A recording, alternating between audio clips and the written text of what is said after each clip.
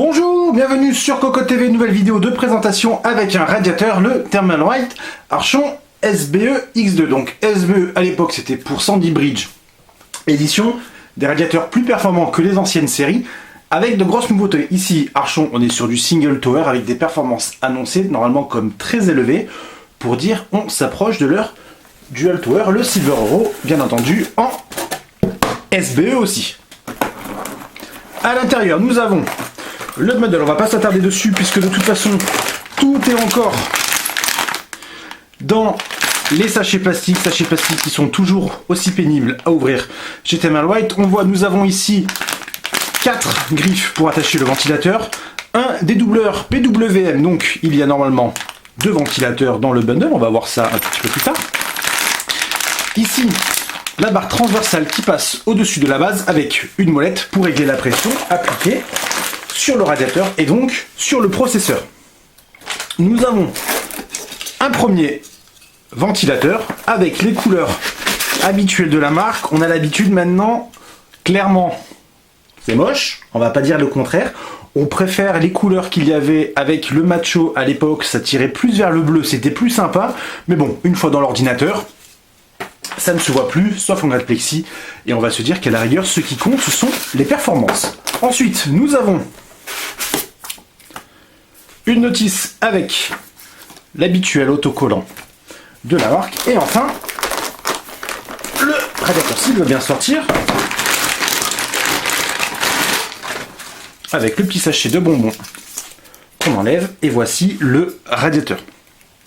Au niveau de la forme, on reste sur une base connue. Ici, nous avons donc 8 headpipes en U, tous en 6 mm.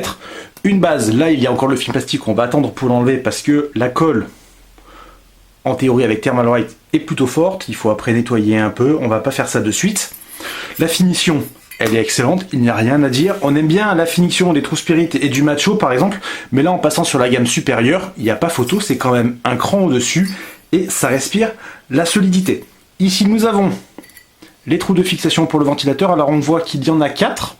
À voir s'il y a un système ou non pour mettre d'autres diamètres de ventilateur. Au niveau du ventilateur, justement, si sur le Silver Euro, il y avait eu un travail effectué sur les ailettes qui était plus en cercle, en fait, afin d'épouser le format du ventilateur, ici, c'est complètement différent. On peut le constater.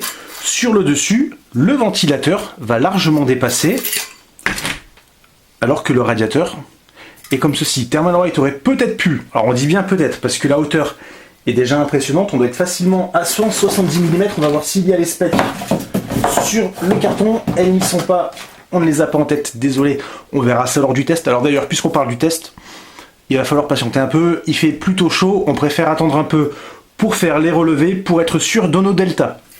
Donc on disait, le radiateur aurait peut-être dû être un tout petit peu plus haut avec des ailettes qui n'iraient pas forcément au bout, mais effectivement il est déjà assez haut. Si ce n'est pour rentrer ensuite que dans un boîtier sur 100, ce n'est pas forcément utile.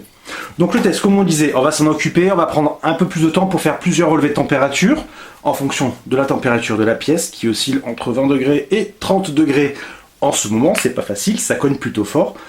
Bien entendu, on va mettre ça sur le 980X avec un gros overclock et on va pousser, on refera même des tests avec le Silver Euro Sandy Bridge Edition afin de comparer single et dual tower. Single avec 2 140 mm et le dual avec son 140 et son 150 mm. Bonne journée à tous!